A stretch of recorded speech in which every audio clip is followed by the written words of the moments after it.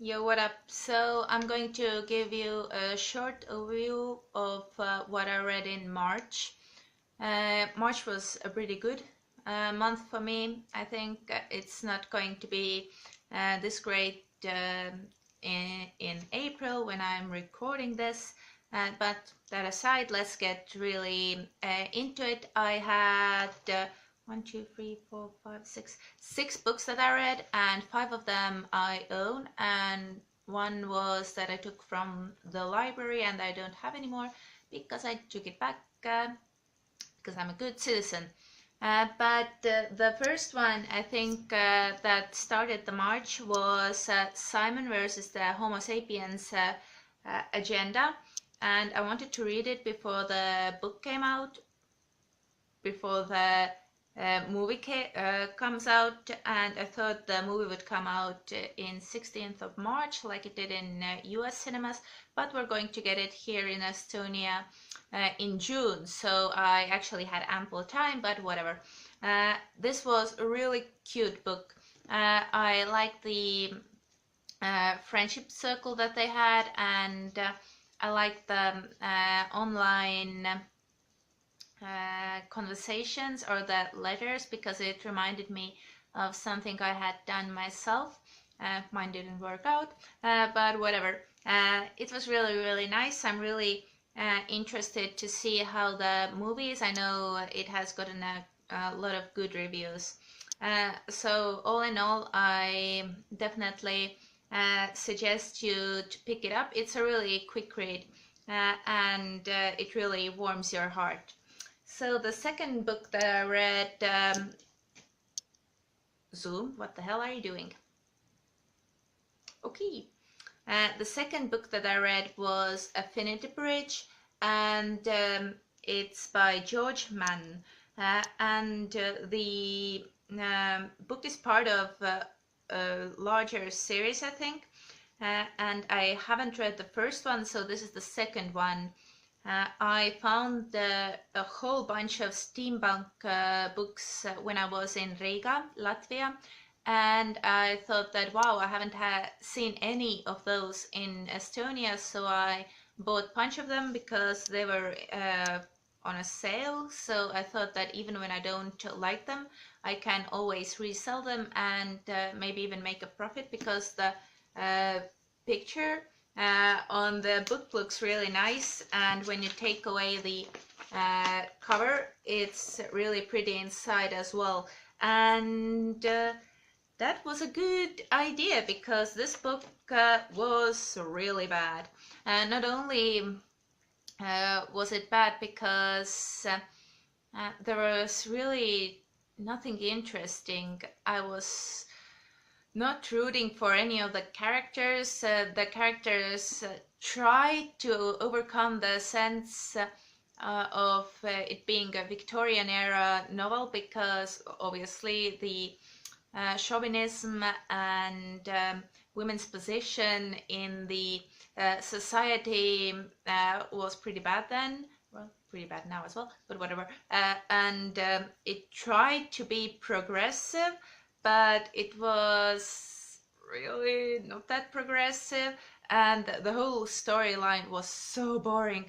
I really didn't care if they find the bad guy or bad guys. I just wanted to see what a steampunk novel could be, and I've read one or two sci-fi ones, and I really like them. But I know the crime scene and crime investigation ones are really popular in this steampunk universe as well. So not the best introduction, but I have a couple of other books in the same genre, and I've already liked them loads more. So we'll see. But this, give it a pass.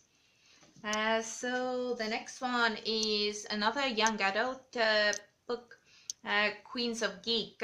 I went in a bit of a spending spree in Rahva Raamat and Apollo bookstores because I wanted to contribute to them ordering more LGBTQA, all that type of books. So I thought that I would buy them, and even though it might not be the most highbrow reading, I would still probably enjoy them and maybe encourage them to order more, so the teenagers who want access to a bit broader range of romance and things like that could get them. So the Queens of Geek is it's a book about two love stories. One is a lesbian one, and the other one has a character that has Asperger's and anxiety, and it was really cute as well. I mean, not the problems they had, but the book is really sweet, really warm, and it takes place in a convention. I've read a couple of books about conventions, or that take part in conventions, and I always feel that they could be a bit more meta and they could go farther, but I mean, it was just a setting. It's probably for a lot of people to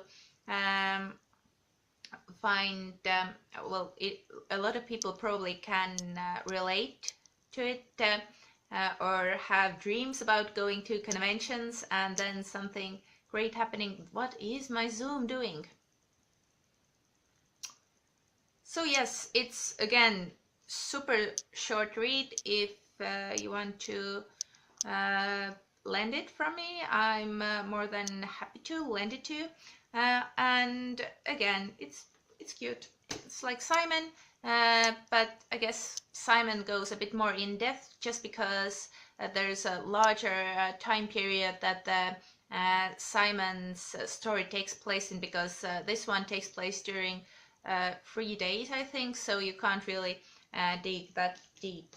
Okay, so going forward, the next book I read was Ninefox Gambit, and it was Yoon-Ha Lee, and this was, I mean, it had a really bad start in a way, because I didn't understand anything. I know some authors prefer to just throw you there and you try to make sense, but I think even at the end I didn't really understand the whole setting of the universe and how their calendar and heresy and everything like that works. It was all very mathematical, and I mean, in a sense, it is interesting because it's something completely new, how to, I don't know, build up a society, and I haven't seen anything like this. But the writer, I think, used to be a math teacher, so you definitely see a lot of that here.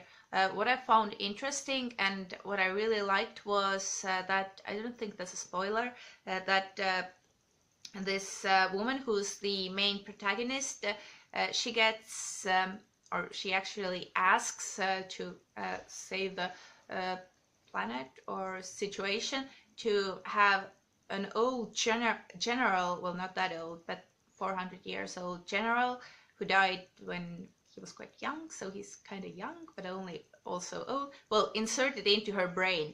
And what makes this really enjoyable is the back and forth talking of these two characters. It's really cool, and what the author did was really at the beginning establish that the main protagonist is lesbian, and that there is absolutely no romance between these two characters, because the general is a man.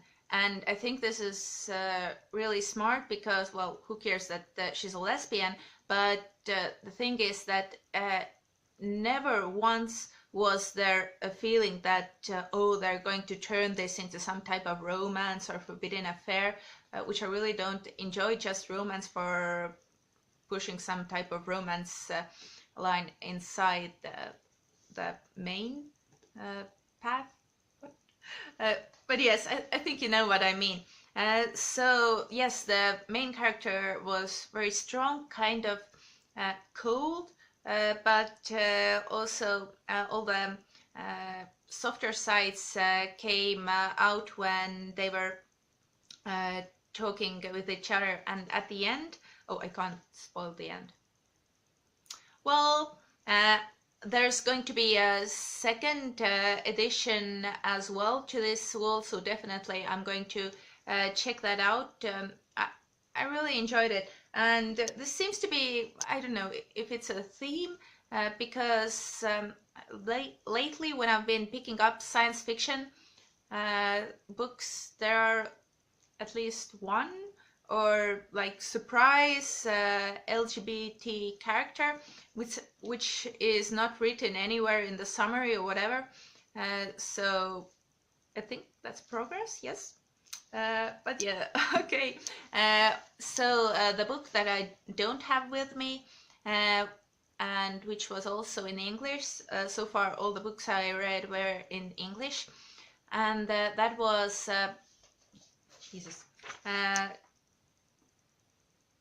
Fantasy of Feminist History by Joan Wallace Scott, and this was completely not what I was expecting when I picked it up. I thought it would be attempt to talk about history from a feminist point of view, or even maybe retelling some events. I know it's kind of frowned upon to try to rewrite history in that way, but I haven't read anything like this before, so I thought it would be interesting. And it was not. It was actually about the state of feminist history writing at that moment, which was the beginning of 2000s. And if anybody knows anything about feminist history, that's the place where the second feminist wave stopped, in a way, or third stopped.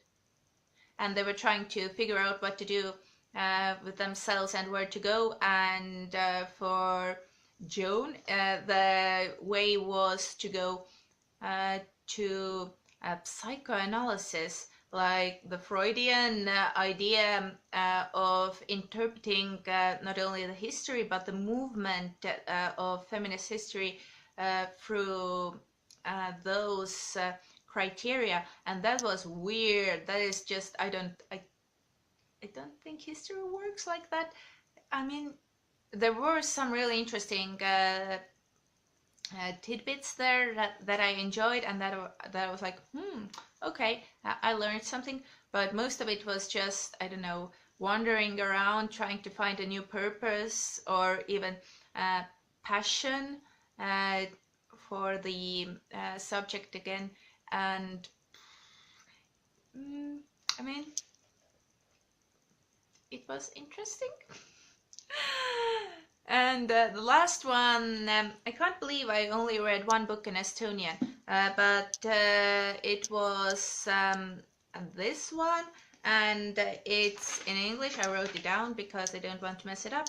It's Noise, A Human History of Sound and Listening by David Hendy. But I got to read it, and it definitely isn't an in-depth research about how noise has been with us or how it has influenced human society and humans as well.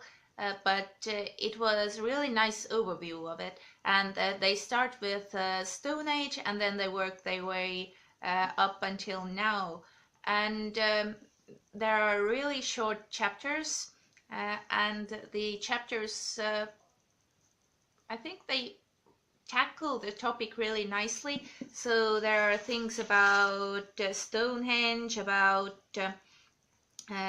Rome in the ancient times, about church bells in the Middle Ages, about Carnival, about the quietness of the homes, and then chatter that went on in the servants' quarter. Servants' quarter, yes. And then about industrialization and radio and things like that. So I think he hits all the marks that you would want to see in a book like this, and I definitely suggest it picking up for a quick read. I mean, it's not that quick, it's over 300 pages, but it's written in a really accessible way, so I'm glad I got it. And it's another way of looking at history, which I enjoy. So, yep, those were the books I read, plus one about the feminist history. Zoom, please. And this video is already way too long, but those were my thoughts. If you have any questions, leave them down below. Please subscribe. I'm going to try to do some more of these videos, and thank you for watching.